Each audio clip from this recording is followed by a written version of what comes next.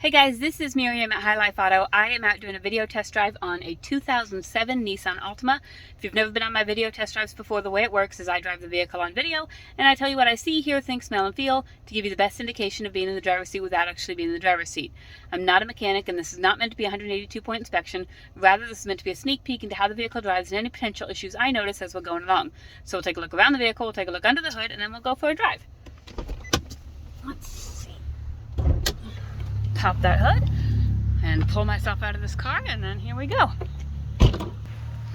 Alright, it's a really nice looking Altima. It's all blacked out. Well, I guess it's not blacked out because the wheels are chrome, but it's got like the darker windows and so it looks really sleek.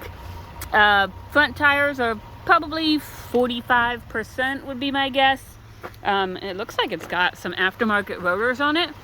Those look like the slotted rotors, which you know, if you're kind of an aftermarket person, you kind of know what that is, but I don't know what the purpose of them is. The inside is all black leather. It's been detailed.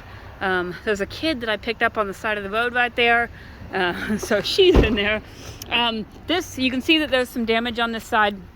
In 2015 there was a comprehensive claim on it, so I imagine whatever hit a deer or something, and so this door does not open from the inside. I'll have to, or from the outside. I'll have to see if it opens from the inside. Journey, can you see if that door opens from the inside for me? She will. I can't pull it. Okay, so it doesn't open from the inside either. And I do fix a couple things. I think that is beyond what I am capable of fixing. Just because, yeah, I don't know. So that's how it is. That door does not open. That will have to be a repair that you need to be paying attention to and looking at making. These rear tires are really dang good. Probably like 75%. You said it's not meant to be open? That's what it looks like. Oh, I think it's just broken. Here's the back. Here's some more of your damage. Honestly, they use black duct tape, which really, from a farther distance away, you can't really see the damage very well. But if you get up close, I mean, you can see that there's black duct tape on there. There's some clear coat paneling. It is not bad. Whatever damage they had, I mean, it's there. But because they use the black duct tape, it actually looks pretty decent. So here's this side. Really no damage that I can see on this side. And then on the front, again, you've got that clear coat peeling there. Underneath the hood, it's been detailed as well. It sounds pretty good.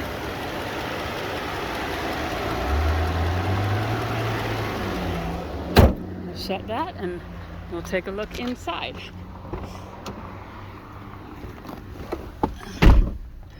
My back windows. Okay, so we have, we've got that door open, I think. So we've got a tire pressure light, and then that little triangle just says that there's a warning. It says there's, Journey, shut your door, would you? Yes. No, it's not. Yes, it is. That little warning says there's 54 miles left. It says I've got low fuel, just apparently 54 miles is low fuel. So, but there's no check engine lights. I've had it running for probably 25 minutes. We're still in a good temperature range, so we're doing good that way. I've noticed a couple little cosmetic things like this. It's a little bit loose. This radio, there's nothing there. This is just like a plastic screen, and behind it it's completely shot, so there is no radio. I mean, I imagine you can just throw in an aftermarket, and if I have one I may do that, but odds are that's the way it's going to be. It does have a CD player and an aux port. I don't know if you can use those or not without this screen. That's just something for you to look at. We do have heated seats. I'll turn those on and we'll see how that goes. We do have the heat on and it is blowing hot in here. So I'm going to turn that off because it is hot. I cannot test the AC because it's winter time. It's kind of hard to do that. But this one, it's got the I don't know if you can see it, it's got the push button start, and then it also has the backup keyhole right over here. if your push buttons, if your battery is low or something. So we will check the windows. Passenger side window works. Rear passenger side window works. Rear driver's side window works. Driver's side window works. We've got a sunroof here that, let's see if we can figure out how to open. Let's see, wrong way. There we go. Sunroof works. So it seems so far that everything works. We've just got a little bit of body damage. And there's also like a button in here.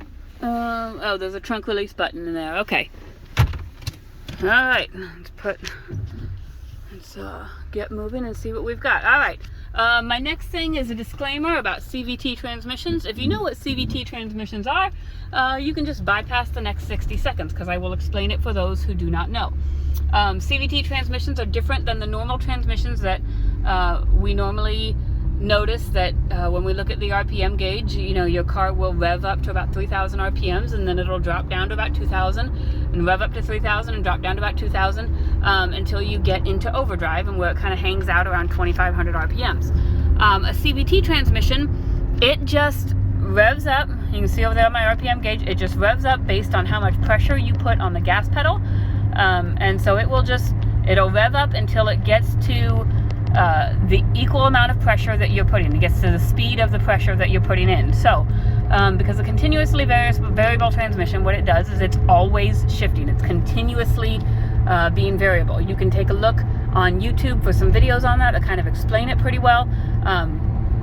So that's what that does. So it never fails. Every time I have a CVT car or truck, I have someone that comes in and says, oh my gosh, your transmission is not shifting. Yes, the transmission is shifting. It's always shifting, and so you never see it shift.